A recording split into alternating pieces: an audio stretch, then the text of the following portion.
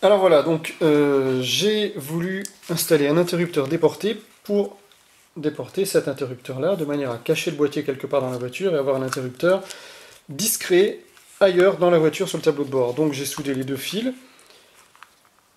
Je vous montre tout de suite à quel endroit.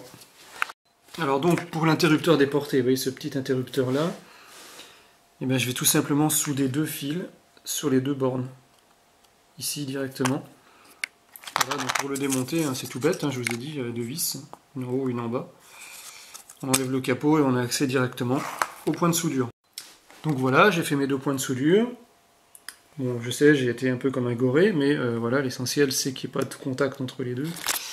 Et les fils, je vais les faire passer dans les petits trous à cet endroit-là.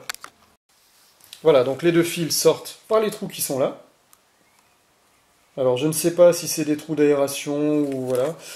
Bref, peu importe. Bon, il y avait 8 trous. Il en reste plus que 6.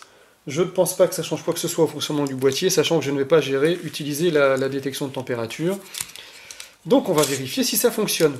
Donc là, il est alimenté. Vous voyez, voyons vert sur mon alimentation. Il est alimenté et il est éteint. Tout simplement parce que ici, je suis sur 0. Je suis sur 0, donc je suis en bypass.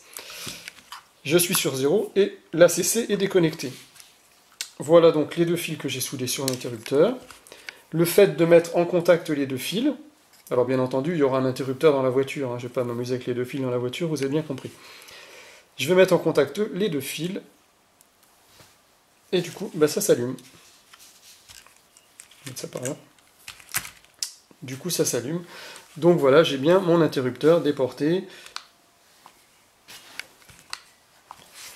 12,2 volts. Je vais essayer de tenir les fils. Donc là, je vais mettre le contact. Hop, ACC. Je tiens toujours mes deux fils. Donc là, après, en mode ACC, que les deux fils soient connectés ou pas, du moins que l'interrupteur soit on ou off au niveau du bypass, ça ne change évidemment rien. Donc là, je vais les laisser connecter ensemble. Je vais enlever le contact. Fonctionnement batterie. Donc là, j'ai le petit point qui s'allume, j'ai la dashcam qui est allumée, et si je me mets en bypass, je sépare les deux fils, ça s'éteint. Bien entendu, ceci n'est possible que si l'interrupteur est sur 0. Si mon interrupteur est sur 1, forcément, cet interrupteur-là du boîtier est prioritaire par rapport à mon interrupteur déporté. Donc dans le cas de l'interrupteur déporté, il faut le laisser sur 0. Voilà la petite astuce du jour, et je vous dis à bientôt pour une prochaine vidéo.